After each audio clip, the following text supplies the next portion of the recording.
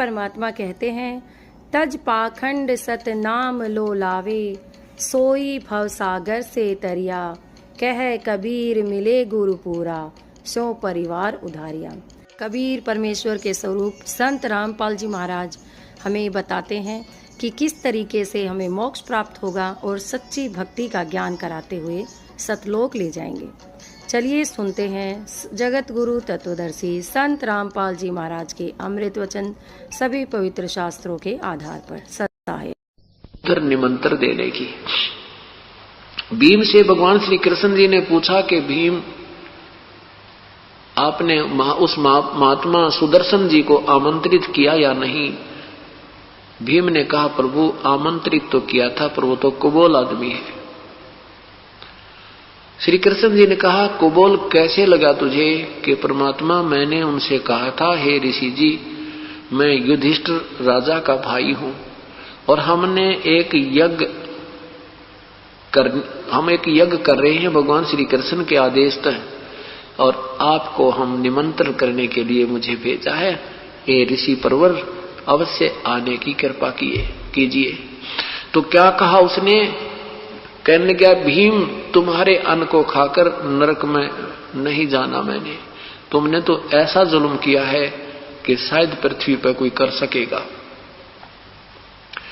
वो करोड़ों बहन विधवा होगी, उन सैनिकों की पत्नी, और आज तुम आनंद मना रहे हो, उनकी आंखों से आंसू नहीं सूखे हैं। उनके बच्चे अपनी मां से लिपट कर पूछ रहे हैं, हमारे पिताजी कब आएंगे मां? मां कहती है, बेटा अभी छुट्टी नहीं मिली है। और फिर ये कहकर बच्चों को एकांत स्थान में जाकर मां बुरी तरह रो रही है। उधर से बच्चे भी अपनी मां के ऊपर बैठ चिपट कर रो रहे होते हैं।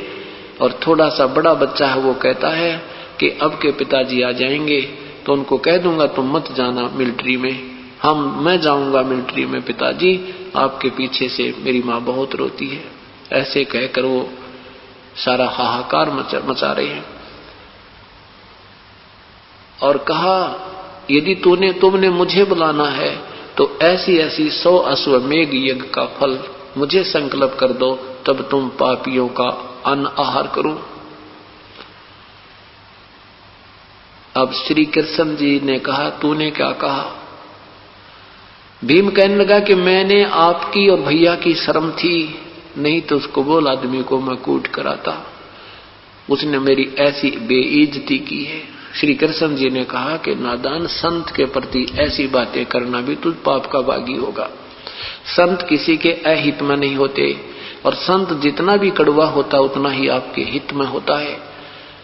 उस संत ने जो कहा वो बिल्कुल सच कहा है, और चल उसे क्षमा याचना कर। अब मरता क्या नहीं करता, संसार में बेइज्जती हो रही है, शंख बज नहीं रहा, दुनिया कह रही है कि इनके पाप घने हैं, हम क्या करें। वो मंडलेश्वर वहां बैठे कहते हम क्या करें, इन्होंने पाप ही जुल्म ही बहुत किए, नहीं तो शंख बज नहीं जाना था। श्री कृष्ण जी ने भी तो भोजन खा लिया, इससे क्यों नहीं बजा।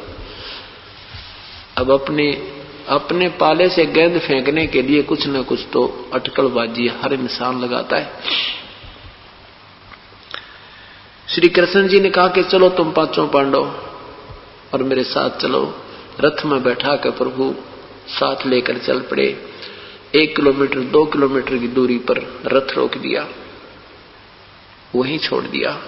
कहता जूते यहीं निकाल दो, और वहां से नंगे पैरों झोपड़ी की तरफ प्रस्थान किया पांचों ने। उधर से सुदर्शन जी को पता था कि इनका काम बने नहीं, क्योंकि जिन महापुरुषों की ये ओट लिए बैठे हैं, जिन भगवानों की ये शरण लिए बैठे हैं, उनसे ये अनमोल काम नहीं हो सकता। तुम कौन राम का जपते जापम, तात कटे न तीनों तापम। अब पता था सुदर्शन जी को कि वो आएंगे फिर सिर में दर्द करेंगे। अपनी झोंपड़ी छोड़कर चल पड़ा कि 15 दिन में आऊंगा। ऐसी लंबा टूर बना के प्रोग्राम। उधर से परमेश्वर ने अपने हंस की इज्जत रखने के लिए और इस परमेश्वर की भक्ति को, अपनी भक्ति को, परमात्मा की महिमा को बनाए रखने के लिए स्वयं सुदर्शन रूप बनाया और उस झोंपड़ी पर उस झोंपड़ी में विराजमान हो गए। अब ज्यों ही श्री कृष्ण और पांचों पांडव वहां पहुंचे, श्री कृष्ण जी ने जाते ही दंडवत प्रणाम किया। क्यों? ये स्वाभाविक बात होती है कि चुंबक के सामने लोहा टिक नहीं सकता, अपने आप खिंचाव बन जाता है। श्री कृष्ण जी ने जाते ही दंडवत प्रणाम किया, क्योंकि वो समृद्ध शक्ति बैठी थी। अब श्री कृष्ण जी ने प्रणाम किया तो पांचों पांडवों ने भी प्रणाम दंडवत किया। सुदर्शन रूप में प्रभु खड़े हुए और कहा कि हे त्रिलोकीनाथ और हे नरेश पृथ्वीपति, आज मुझे क्यों शर्मिंदा कर रहे हो? मुझ गरीब को क्यों प्रणाम कर रहे हो? क्यों मुझे दोषी कर रहे हो? श्री कृष्ण जी कहने लगे, हे परवरदिगार, हे सृष्टि रचनहार, ये आपके बच्चे हैं और ये युधिष्ठिर राजा है, इन्होंने एक यज्ञ किया है, ये प्रभु आपको आमंत्रित करने आए। प्रभु ने कहा कि मैंने इस भगत से जो शर्त रखी थी मेरी वो पूरी करो। कृष्ण जी को मालूम था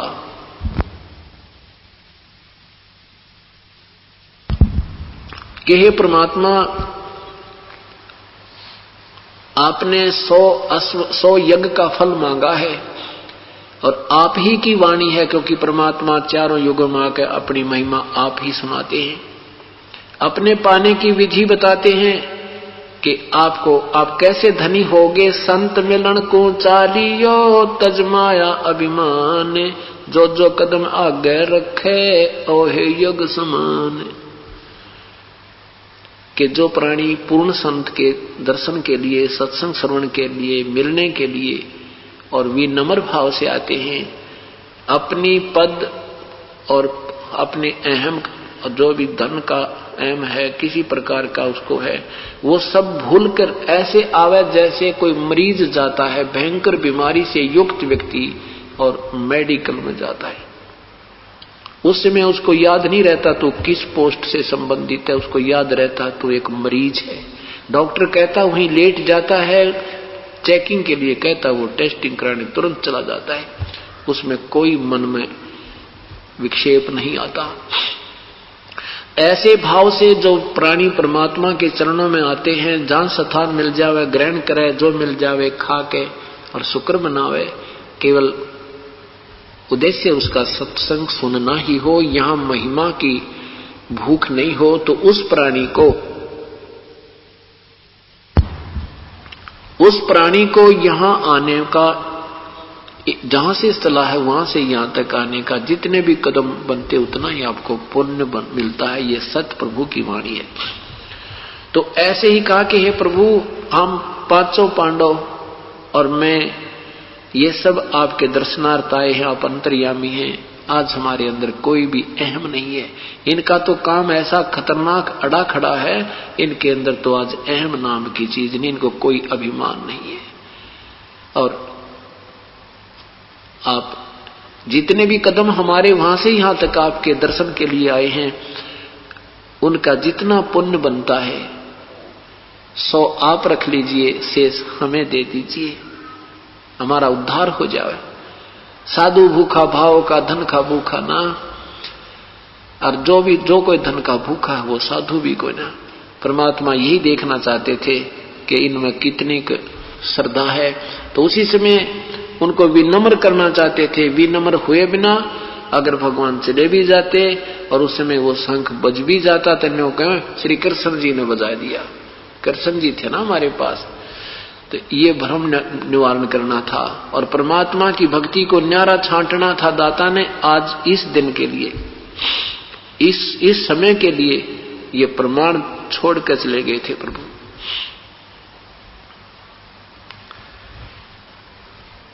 तो परमेश्वर ने कहा कि ठीक है भीम, हम चलते हैं भाई, एक काम कर मेरी ये सुमरनी दे दे, माला टांग रखी थी खूटी गए, वह नाम जाप करण की मन क्या वाली। अब भीम ऐसा बली, जब वार्ता हुई थी, जब आमंत्रित करने अकेला आया था तो भगवान से कहा था, सुदर्शन से कहा था कि मैं अपने भैया से डरता हूं और अपने भगवान कृष्ण से मुझे शर्माती है, नहीं मैं ऐसा बना देता, तेरा हुलिया बिगाड़ देता। और मैं युद्ध में एक मारू था 10 मरते थे, तू क्या समझता है मुझे, अजी डिंग पे ले था।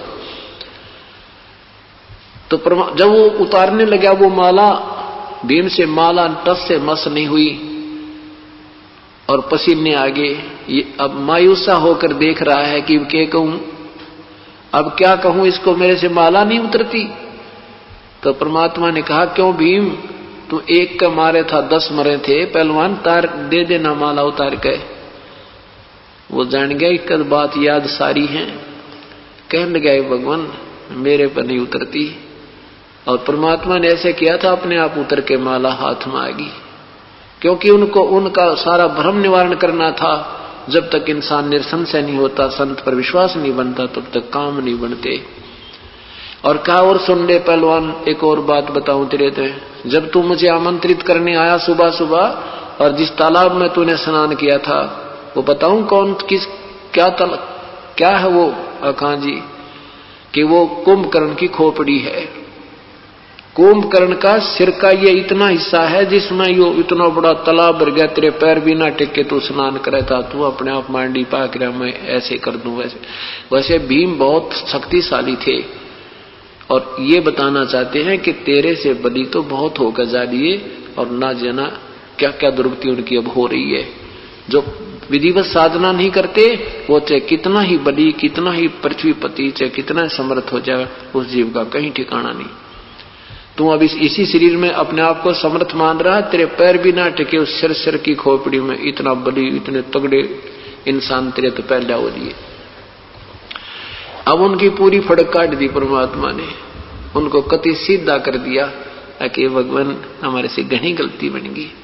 चलो बैठा कर रथ में परमेश्वर को उस यज्ञ मंडप में उतारा।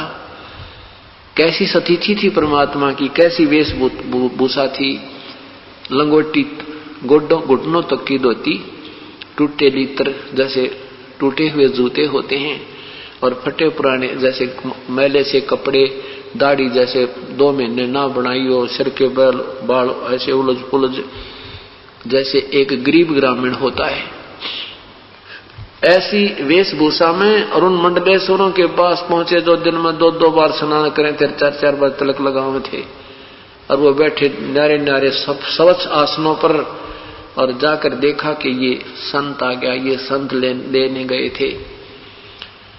सब अपने मुख पर ऐसे कपड़ा करके हंस रहे हैं कि ये लाए हैं संत, ये बजाएगा शंख, इनके पापों की तो गिनती नहीं है। भगवान श्री कृष्ण ने अपने हाथों आसन लगाया उस परम पिता का और कहा, विराजमान हो प्रभु। परमात्मा उस पर बैठे। आप सबकी दृष्टि टिकी है कि ये आदमी है, क्या चीज है, ये संत कहां से है, इसकी कोई वेशभूषा संत जैसी नहीं लगती, ये क्या करेगा, इनकी क्यों अक्ल मारी गई। भगवान श्री कृष्ण ने कहा, बहन द्रौपदी, भोजन बना महापुरुष के लिए, इससे तुम्हारा काम बनेगा। अब द्रौपदी ने और अच्छा ध्यान लगाकर अपने हाथों भोजन बनाया, और बहुत सुंदर नाना प्रकार के पकवान, कचौड़ी, न्यारी, पकौड़ी, हलवा, खीर अलग अलग बनाई, सब्जी, दाल, मूंग, राजमा, सब तरह के चावल चूल सब बना के, और न्यारी न्यारी कटोरियों में एक थाली में सजा के परमेश्वर के सामने रखी और कहा, आहार कहो, आहार करो प्रभु। हे ऋषि जी, आहार करो। अब क्या किया मालिक ने, वो कटोरियां बाहर रख दी थाली में, उनमें से थोड़ी थोड़ी हर चीज आइटम ले ली और थाली में डालकर सारी गोल मथोड़ कर ली, सबको मिला लिया, खिचड़ी बना दी। कचौड़ी भी, पकौड़ी भी, दही भी, बड़े भी, खीर भी, खांड भी, दाल भी, सब्जी भी, सब कुछ ऐसे मिला दिया। और जितना वो प्रतिदिन खाते थे उतना सामान रख लिया, बाकी कटोरियां में शेष छोड़ दिया। अब द्रौपदी देख रही है कि भाई इतना बढ़िया भोजन बना दिया, महापुरुष खाएगा और उंगली चाटेगा, ये घास फूस खाने वाला व्यक्ति आज ऐसा भोजन खाएगा और 20 जगह यूं कहेगा भाई भोजन बनाया द्रौपदी ने। तो बहन की एक कुदरती आदत होती, एक कुदरती स्वभाव होता है एक शिष्टाचार के नाते कि कोई अतिथि आ जावे तो उसके लिए प्रतिदिन आहार बनने से भी न्यारा एक स्वादिष्ट भोजन और अच्छा भोजन तैयार करती हैं कि कहीं ये अतिथि बाहर जाकर के यूं ना कह दे कि बहन ने अच्छा भोजन नहीं बनाना आता या ये सत्कार ठीक नहीं करना जानते। इस उद्देश्य से द्रौपदी ने 2 घंटे तक धुएं में लकड़ी से आग जला जला कर खाना बनाया और उसने उम्मीद तो क्या थी कि ये सराहना करेगा, खाता खाता भी यूं कहेगा भी कमाल कर रखा है। और जब देखा वो सारा काम बिगाड़ दिया तो द्रौपदी के मन में खोट आ गया। क्या खोट आया कि रहा शूद्र का शूद्र, इसने खाना भी ना खाना आता, इतना खोट मन में आ गया। उधर से क्या किया परमेश्वर ने, वो 5 बार 5 ग्रास करते थे। सुदर्शन जी ने एक अपना नियम बना रखा था कि अंजल के ऊपर संयम रखना है, नहीं तो घना स्वाद होता, 2 रोटी ज्यादा खा जाता फिर अंगड़ाई टूटे नींद आवे। नहीं, कहते प्रथम अंजल संयम राखे, योग युगत सब सतगुरु भाखे। अन्न और जल पर संयम राखे तब ये भक्ति बनती है। ना घना भी नहीं खावे और कति ना भी नहीं खावे। गीता जी के अध्याय नंबर 6 मंत्र 16 में कहा है कि हे अर्जुन, ये योग यानी भक्ति, ये साधना न तो अधिक खाने वाले की और न ही बिल्कुल ना खाने वाले की, ना ही एकांत स्थान पर बैठकर ये आडंबर करने वाले की, और ना ही अधिक जागने वाले की, और ना ही ज्यादा सोने वाले की सफल होती है, कभी सफल नहीं होती। तो इसलिए उसने ऐसे 1 ग्रास खाया, उस शंख ने आवाज की जो अलग रखा था, आवाज दी। दूसरा ग्रास खाया, 2 बार, दूसरी बार बोला, 5 बार में वो जितना थाली में डाला था आहार संत ने खा लिया और 5 ही बार बोलकर वो शंख बंद हो गया। युधिष्ठिर प्रसन्न हुआ कि परमात्मा मौज माच गई कि हे कृष्ण जी, आपकी दया से हमारा काम बन गया। कृष्ण जी बोले, अभी काम नहीं बना, ये अभी शंख नहीं बजा, ये तो इतनी जोर से बजना चाहिए कि पूरी पृथ्वी पर आवाज सुने, स्वर्ग तक इसकी मीठी मीठी आवाज जाएगी। और ये तो 5 बार बजकर बोल गया है, कोई त्रुटि है अपने घर में, कि कोई अपनी ही त्रुटि है इस संत में। कभी फिर कहा युधिष्ठिर ने कि परमात्मा अब किसको बुलाओगे? श्री कृष्ण जी ने कहा कि अब कोई बुलाने का इस पृथ्वी पर कोई और संत नहीं है। इस संत ये वाल्मीकि का आपको क्या रीजन दिखाई दे से? कहते इस वाल्मीकि के बाल सम ना ही 3 लोक है। ये इतनी परम शक्ति युक्त संत है कि इसके एक बाल के बराबर ये 3 लोक भी नहीं है। भाई कोई अपने घर में कमी है उसको ठीक करेंगे। अब पावर से कनेक्शन है, पावर पूरी है और पंखा नहीं चल रहा तो पंखे में डिफेक्ट है। तो द्रौपदी को बुलाया त्रिलोकीनाथ ने, कहा बहन सच्ची बात बताना, आपके मन में क्या? देख श्री कृष्ण जी भी रहे थे कि संत खा रहे हैं तो खाने दो, कैसे खाओ, हमारा फर्ज पूरा हुआ, संत के सामने रख दिया। वो मर्जी के मालिक होते हैं। अब द्रौपदी को भी देख रहा था कि उसके माथे में त्योड़ी पड़ने लग रही है। पूछा कि द्रौपदी सच्ची बताना, आपके मन में क्या आया जब संत ने भोजन पाया?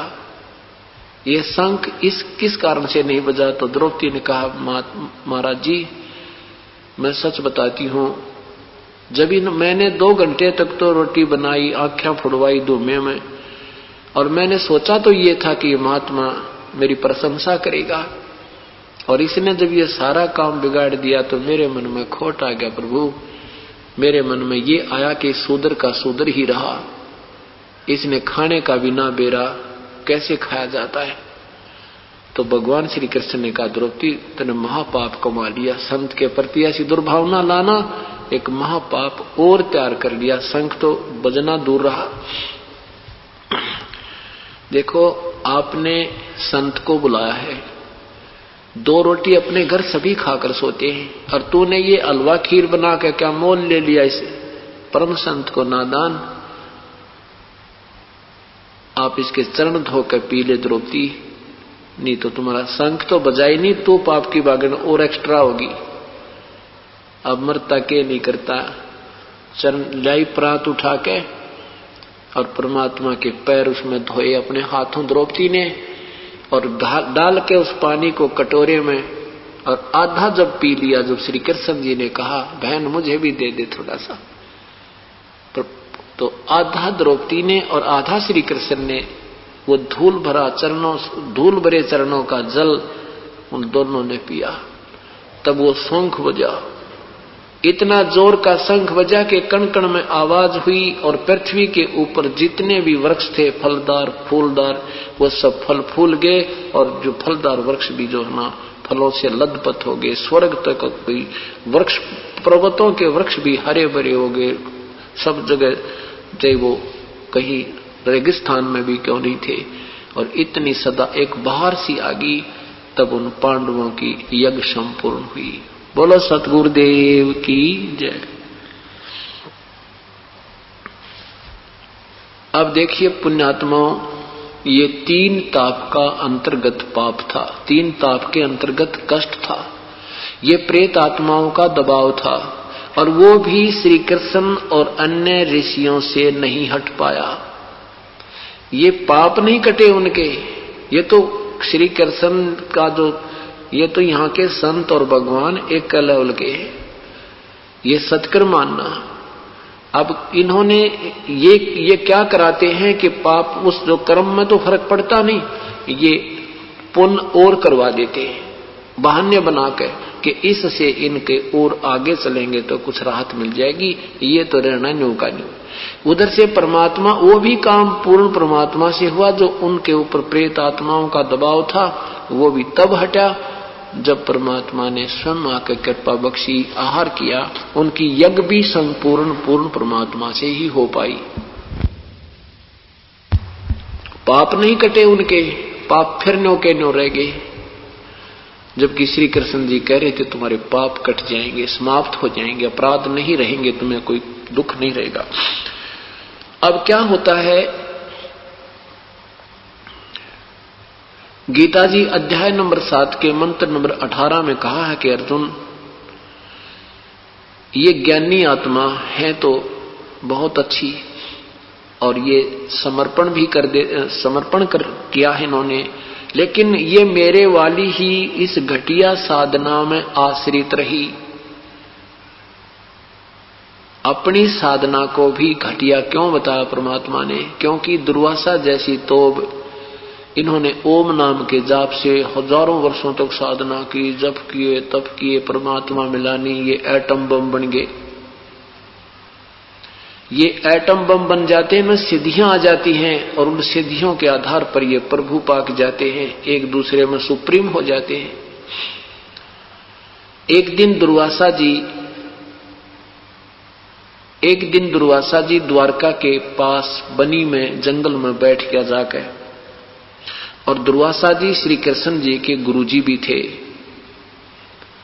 आपने श्री कृष्ण जी के गुरुजी संदीपनी ऋषि सुना है। संदीपनी ऋषि अक्षर ज्ञान के गुरु थे, आध्यात्मिक ज्ञान के जो गुरु थे वो दुर्वासा जी थे। अब दुर्वासा जी जंगल में जाकर बैठ गए। उधर से यादव 56 करोड़ हो चुके थे, इतनी संख्या हो गई थी, 56 करोड़ यादव हो गए थे। और यादव जो है भगवान श्री कृष्ण की महिमा की आड़ में आंडी पाक गए थे। वो संतों का आदर करना भी बंद कर गए थे कि हमारे भगवान श्री कृष्ण हैं, हमें किसकी जरूरत है।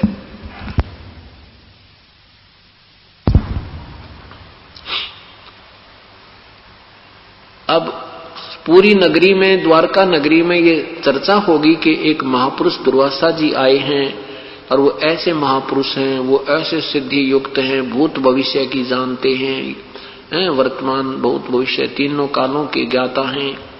तो वहां द्वारका के व्यक्तियों में अभिमान हो ही रहा था। तो उन्होंने सोचा, कुछ एक व्यक्तियों ने मिलकर सोचा, चल दुर्वासा का जाड़ा लेकर आते हैं, दुर्वासा की परीक्षा करते हैं। क्या किया कि श्री कृष्ण जी के पुत्र प्रद्युम्न को एक स्त्री रूप बनाया, आर्टिफिशियल स्त्री के बनावटी अंग, और गर्भवती स्त्री का रूप बना लिया। प्रद्युम्न के पेट पर एक लोहे की छोटी सी कढ़ाई बांध दी और उसको पीछे से रस्सी से बांध दिया। ऊपर का एक लोगड़, ये रुई होती है, ये लपेट के और ऊपर का कपड़ा बांध दिया कि जैसे हाथ उठला के भी देखे तो सख्त नजर ना आवे। और फिर उसको घूंघट करवा के और गुदरियों जैसे कपड़े पहना के और एक उसका नकली पति बना लिया एक, और ले जाकर 20-30 व्यक्ति वहां पहुंच गए दुर्वासा जी के पास।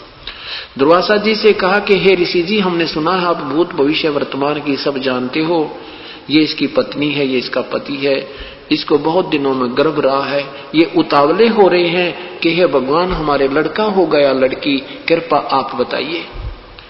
अब दुर्वासा ने ध्यान से देखा कि तो बेटी के बाप कढ़ाई बांध रहे हैं, इसका ये तो आर्टिफिशियल बना रखे हैं। वो जान गए ये बकवास करने आए हैं, तो निकाल कर चमटा ढूंढने पड़ते हैं और कहने लगा बताओ इससे क्या होगा। ये यादव कुल का सर्वनाश होगा इससे, और ला नाक कर दी और चिमटा उठाया, सारे भाग लिए बच्चे।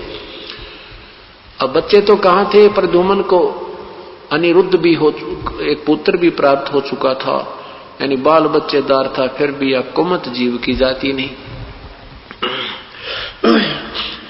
अब इस बात का नगरी में सरसराट हो गया, ये कहानी चर्चा का विषय बन गया कि दुर्वासा ने शराप दे दिया। दुर्वासा का शराप तो भाई परमाणु बम है, इसने जो कह दिया सो कह दिया। अब इस बात से लोग बड़े चिंतित हुए। इसका हल कराने के लिए श्री कृष्ण जी के पास गए। श्री कृष्ण जी ने कहा कि दुर्वासा के पास जाओ और इन बच्चों को ले जाओ, उनके चरणों में डाल दो, वो अक्षमा करेंगे तभी बात बनेगी। अब गांव के मुखिया लोग, समझदार से व्यक्ति उन बच्चों को सबको लेकर गए, ऋषि के सामने चरणों में प्रणाम करवाया कि अक्षमा याचना करो। सब बुजुर्गों ने भी, उन वृद्धों ने भी हाथ जोड़कर कहा ऋषि जी बच्चे थे, गलती होगी, अक्षमा कर दो। दुर्वासा ने कहा कि अब मेरा वचन वापस नहीं हो सकता, अपने बच्चों को संभाल के रखना था, दूसरी बात नहीं करी। खूब उन्होंने पच लिए पर आगे वापस आ गए, श्री कृष्ण जी के पास आ गए। गांव में उस दिन चूल्हा नहीं चढ़ा, खाना भी नहीं बना के, तो बात बिगड़ गई। श्री कृष्ण जी ने देखा ये तो बहुत परेशान हो गई, सारी नगरी ही परेशान हो गई है।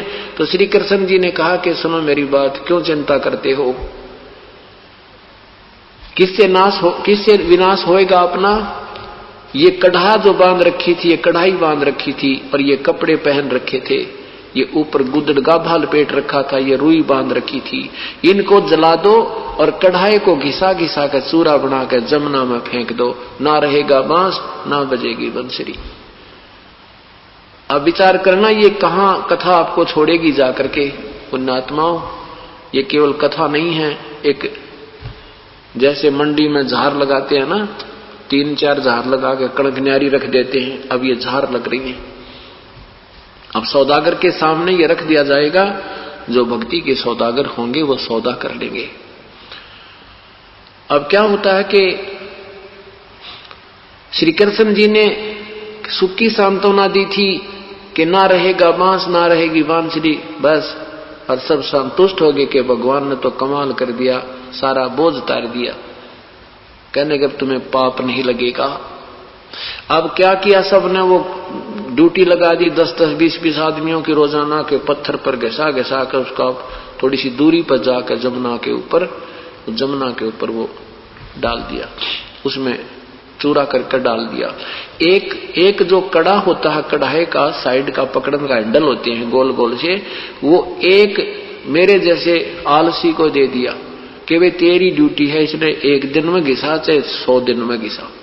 अब वो बेचारा लगा रहा, उसने देखा बाकी तो सब कर आगे काम, तेरा यू कड़ा गनाए रह गया, अब कैसे यहां रखेगा।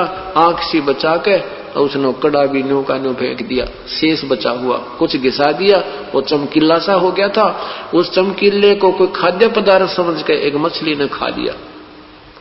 वो मछली काट ली किसी अपराधी शिकारी ने, वो मछली पकड़ी, मछली को काटा तो उसमें से ये चमकीली वस्तु निकली।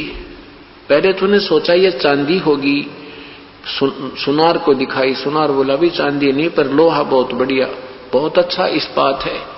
तो उसने सोचा कि चल लोहार से इसका कोई आइटम बनवा लूं। अपने तीर का आगे का हिस्सा बनवा लिया, वो तीर बनवा लिया और उसको विष में यानी जहर में बुझवा के और वो तीर में डलवा के रख दिया। अब कुछ दिनों के बाद वो दुर्वासा जी का वचन फला। सारी नगरी में लड़ाई झगड़े, खींचातानी, कोई किसी की बात सुने नहीं, माड़ी बड़े छोटे की कोई लाज शर्म नहीं रही। रोजाना कत्ले आम होने लगे। व्यवस्था हो जाती थी तो समझदार लोग समझ जाते थे कि कोई पाप नगरी का उदय हुआ। संतों की तलाश करते थे कि वो संत कुछ समाधान करेंगे। श्री कृष्ण जी के पास नगर के समझदार से व्यक्ति पहुंचे हजारों की संख्या में और कहा कि हे प्रभु, नगरी में ना जाने कौन सा पाप उदय हो गया, कोई बड़े छोटे की बात रही नहीं, जरा सी बात होती है मार ही डालते हैं, ये क्या हो गया प्रभु। श्री कृष्ण जी ने कहा भाई के बताऊं, जो दुर्वासा जी का श्राप है ना, अब वो प्रफुल्लित हो रहा है। वो श्राप हमें आपको दुखी कर रहा है, वो श्राप अब प्रभावी हो रहा है। तो सबने पूछा प्रभु फिर इसका इलाज क्या हो, क्या समाधान हो। श्री कृष्ण जी ने कहा तुम यूं करो, सारे के सारे यादव वहां जहां पर कड़ा घसा कर डाला था ना, वो स्थान बता दिया प्रभास क्षेत्र में। प्रभास क्षेत्र में जाकर बहुत दूर पड़ा था वहां से।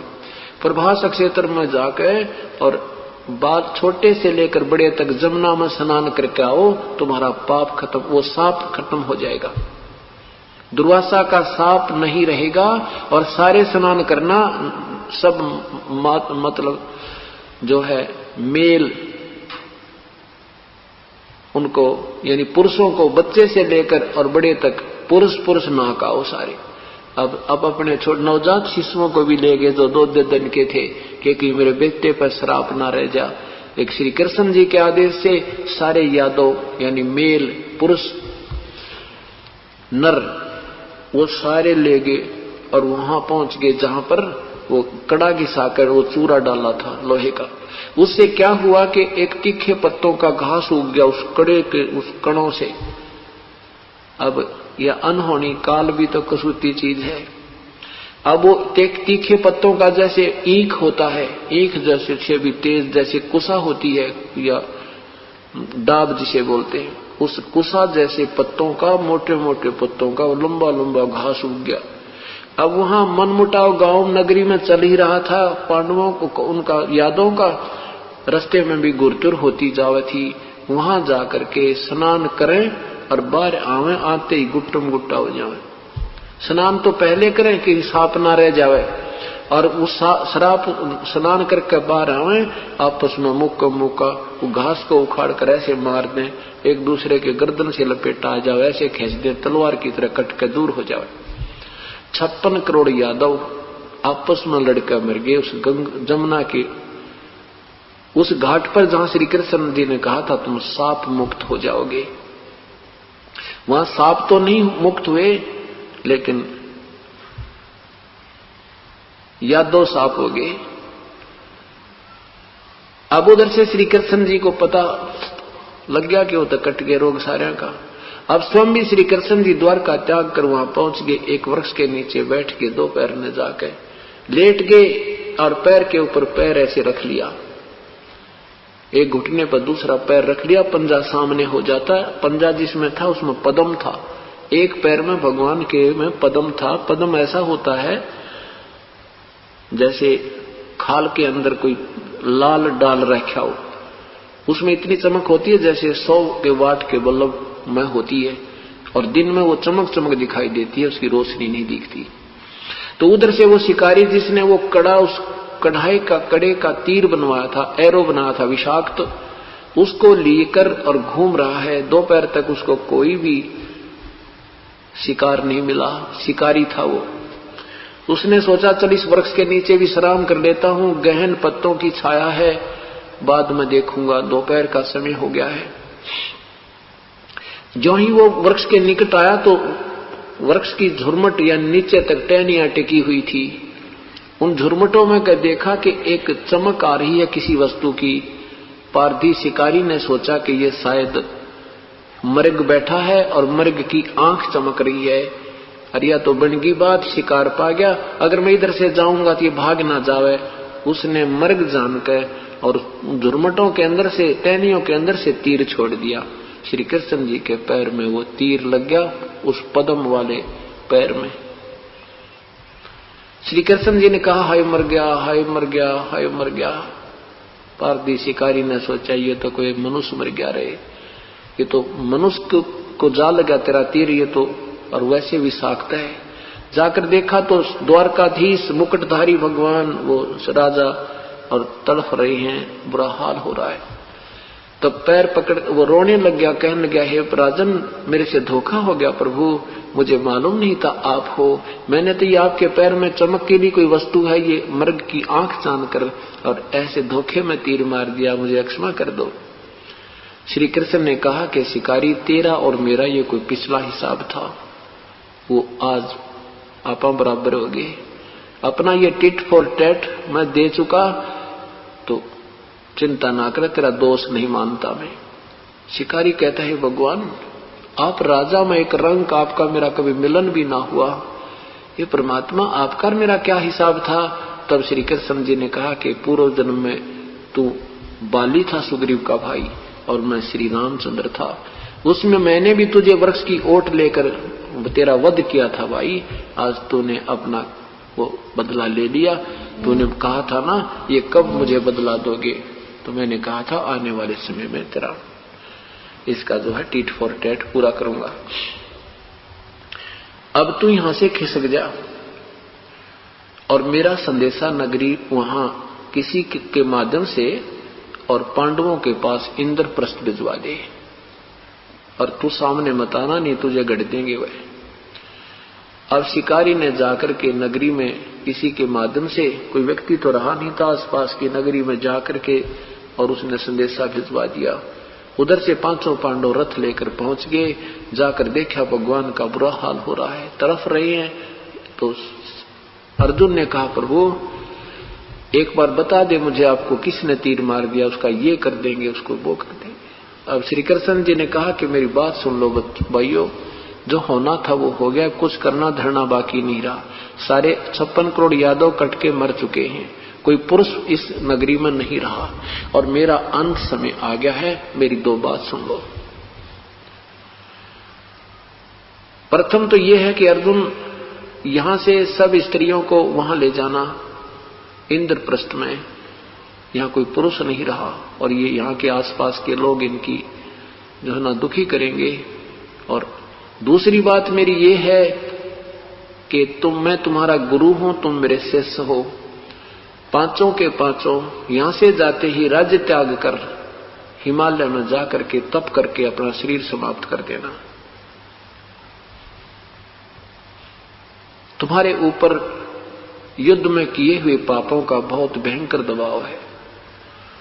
अब अर्जुन फिर सुन रहा है भगवान के मुख से कि तुम्हारे ऊपर युद्ध में किए हुए पापों का बहुत दबाव है। उस समय अर्जुन से नहीं रुका गया। तब अर्जुन ने कहा कि प्रभु आप वैसे तो ऐसी स्थिति में हैं कि मेरे इस समय में मेरे ये प्रश्न करना बनता नहीं, शोभा नहीं देता, लेकिन आज मैं रुक भी नहीं सकता। आज अगर मेरी शंका का समाधान नहीं हुआ तो यह शंका रूपी कांटा मुझे जीने भी नहीं देगा। आपकी आज्ञा हो तो मैं प्रश्न करूं। श्री कृष्ण जी ने कहा कि अर्जुन आज तो पूछ ले जो पूछना चाहता है, आज मत कुछ भी ना रखना अपने मन में। आज अंतिम समय में है, मैं सही सत्य बताऊंगा। अर्जुन ने कहा कि प्रभु आपने गीता के ज्ञान में मुझसे कहा था कि अर्जुन तेरे दोनों हाथों में लड्डू हैं, यदि युद्ध में मारा गया तो तू स्वर्ग को प्राप्त होगा और विजयी हुआ तो पृथ्वी का राज भोगेगा। परमात्मा मैंने तेरे आगे हाथ जोड़े, पैर पकड़े, स्पष्ट जवाब दे दिया था मैं युद्ध नहीं करूंगा, तीनों लोकों का भी मुझे को राज्य दे तो भी मैं ये पाप नहीं करूंगा, भिक्षा का अन्न मांग कर खा लूंगा।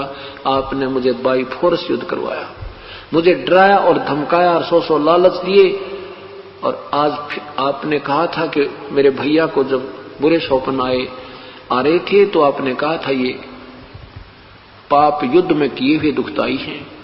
उस समय मैं नहीं बोल पाया क्योंकि मुझे डर था कि कहीं मेरा भाई इस बात को महसूस ना कर जाएगा कि ये पैसे लगाने की वजह से पैसे खर्चा होना दिख रहा है इसको, इसलिए ये वाद विवाद कर रहे। मैं चुप रहा। आज आपने वो फिर दुखती वही जख्म को फिर कुरेद दिया। भगवान आपको क्या मिल गया हमारे साथ ये ऐसा मजाक करने में। अब युधिष्ठिर कहता अर्जुन ऐसे समय में भगवान से ऐसी बातें करना तुझे शोभा नहीं देता। अंतिम सैया पर ये श्वास ले रहे हैं और आप ऐसी कटी जड़ी बातें कर रहे हो, ये शोभा नहीं देता। श्री कृष्ण जी ने कहा युधिष्ठिर ये ठीक कह रहा है, इसको कहने दे, इसको निकाल लेने दे अपना मन का मैल। तो अर्जुन कहा कि अर्जुन सुन, मैं तुझे क्या बताना चाहता हूं भाई एक बात। आज फिर कहा हाँ मैं बताना चाहता हूं और आज सच बताऊंगा कि भाई ना तो मुझे ये पता मैंने गीता जी में क्या कहा था और न ही मेरे बस की बात थी भाई इस अपने को सबको नचाने वाला कोई कठपुतली की तरह नचाने वाली कोई और परम शक्ति है और उसने ये सारा खेल कराया भाई। और ये मेरी एक और आपसे प्रार्थना है, मैं जो कह रहा हूं वो कर लेना। हिमालय में जाकर के ये तप जरूर कर जाना, ये मेरी बात तुम मान लेना, तुम्हारे हित में होगी। अब आपने देखा होगा कि श्री कृष्ण जी ने पहले कहा कि इस कढ़ाई को घिसा कर जमुना में डाल दो, तुम्हें सांप नहीं रहेगा। फिर जब वो आपस में लड़ने मरने को तैयार हुए तो कहा उसमें स्नान कर लो जमुना में, तुम्हारा सांप कट जाएगा और सारे लेके जाना। पुण्यात्माओं अभी तक ये तुक्केबाज मिले हमें, इनके पास समाधान था नहीं, पर गुरु पद पर आने के बाद कुछ अटकलबाजी ना लगाओ तो चेले टूट जाए। गंगा में स्नान करो, श्राद्ध निकाल दो, फलाना कर दो, पिंड दान कर दो, हैं ऐसे कर दो, 500 लत्ते रख दो, मंडी बना दो खेत में, एक मंदिर बना लो, तुम्हें लाभ हो जाएगा। ये जंत्र इतना जाप कर दो, इसमें इतना जाप कर दो, फिर उसे भी काम नहीं बनता है तो कहते व्रत रख लो। एक व्रत रख लिया सोमवार का, मंगलवार का भी रख लो, न्यू बढ़ाएंगे। इनसे कोई होना जाना था नहीं। हाँ, श्री कृष्ण जी ने इतना जरूर करा दिया कि जैसे उन्होंने वहां तप किया हिमालय में उसका पुण्य अलग मिलेगा, लेकिन युद्ध में किए पाप पांडवों को भोगने पड़े। क्या हुआ? अंतिम संस्कार करके श्री कृष्ण जी का भी और सब पांडव यादवों का, वो चारों पांडव तो पहले आ गए। पीछे से अर्जुन सब गोपनियों सब स्त्रियों को लेकर इंद्रप्रस्थ को आ रहा था। रास्ते में बीलों ने उनको अर्जुन को घेर लिया। अर्जुन से वो युद्ध, वो धनुष नहीं चला जिसके आधार पर, जिसके द्वारा उसने महाभारत में विजय प्राप्त की थी। वो गांडीव धनुष भी उसके पास था और वही अर्जुन था। उन भीलों ने, वहां के जंगली लोगों ने उसको पीटा। अर्जुन पर हथियार नहीं उठा, वो युद्ध, वो तीर नहीं चला और गोपनियों को लूट ले गए, उनके हार तोड़ ले गए, कुछ एक औरतों को भी ले गए और अर्जुन खड़ा खड़ा देख रहा है। अब अर्जुन कहता है कि सचमुच ये कृष्ण बहुत छलिया था, इसने हमारे साथ धोखा ही धोखा किया। जब मुझसे युद्ध करवाना था तब तो उसने मुझे इतनी शक्ति दे दी कि एक तीर मारूं था एक लाइन में 10 मर जाया करते थे, और आज वही हथियार और वही अर्जुन, हे भगवान मेरा हाथ भी नहीं उठ रहा और मैं खड़ा खड़ा पिट रहा हूं। ये बहुत छलबाज व्यक्ति था। यहां परमात्मा कहते हैं कबीर साहब के ना तो श्री कृष्ण छलिया थे, तुम मूल को नहीं जानते। इस सब की जड़ ये काल ज्योत निरंजन है, इसी ने शक्ति प्रदान की थी और कृष्ण जी हर की तो सुखी महिमा बंटी थी और ये जीव दाब जाते थे। हाँ, और इनसे होना जाना कुछ था नहीं। अब वो बदनामी के कारण और बन गए, लेकिन वो करने वाला ये काल ही था। उसके बाद क्या हुआ कि जाते ही 500 पांडव इंद्रप्रस्थ को त्याग गए। राजा परीक्षित को, अपने पोते को राज्य दे दिया, अभिमन्यु के पुत्र को। हिमालय में जाकर के सारा शरीर शरीर समाप्त हो गए, गल गया उनका शरीर, वहां पर वो मर गए। युधिष्ठिर का केवल पंजा पंजा गला था, वो उसी शरीर में अपने ऊपर चला गया। ऊपर जाकर के क्या हुआ कि ये 500 पांडव जो थे, युधिष्ठिर जो था ये धर्मराज का बेटा था, अर्जुन था ये इंद्र का पुत्र था, और भीम पवन देव का बेटा था, नकुल और सहदेव ये अश्वनी देव के पुत्र थे। ये यहाँ एक फिल्म बनाने भेजे थे काल ने, ये हीरो बन के आए थे।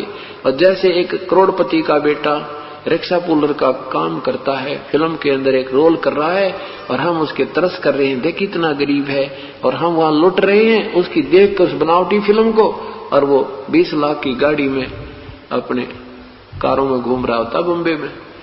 वो रिक्शा पुलर नहीं था।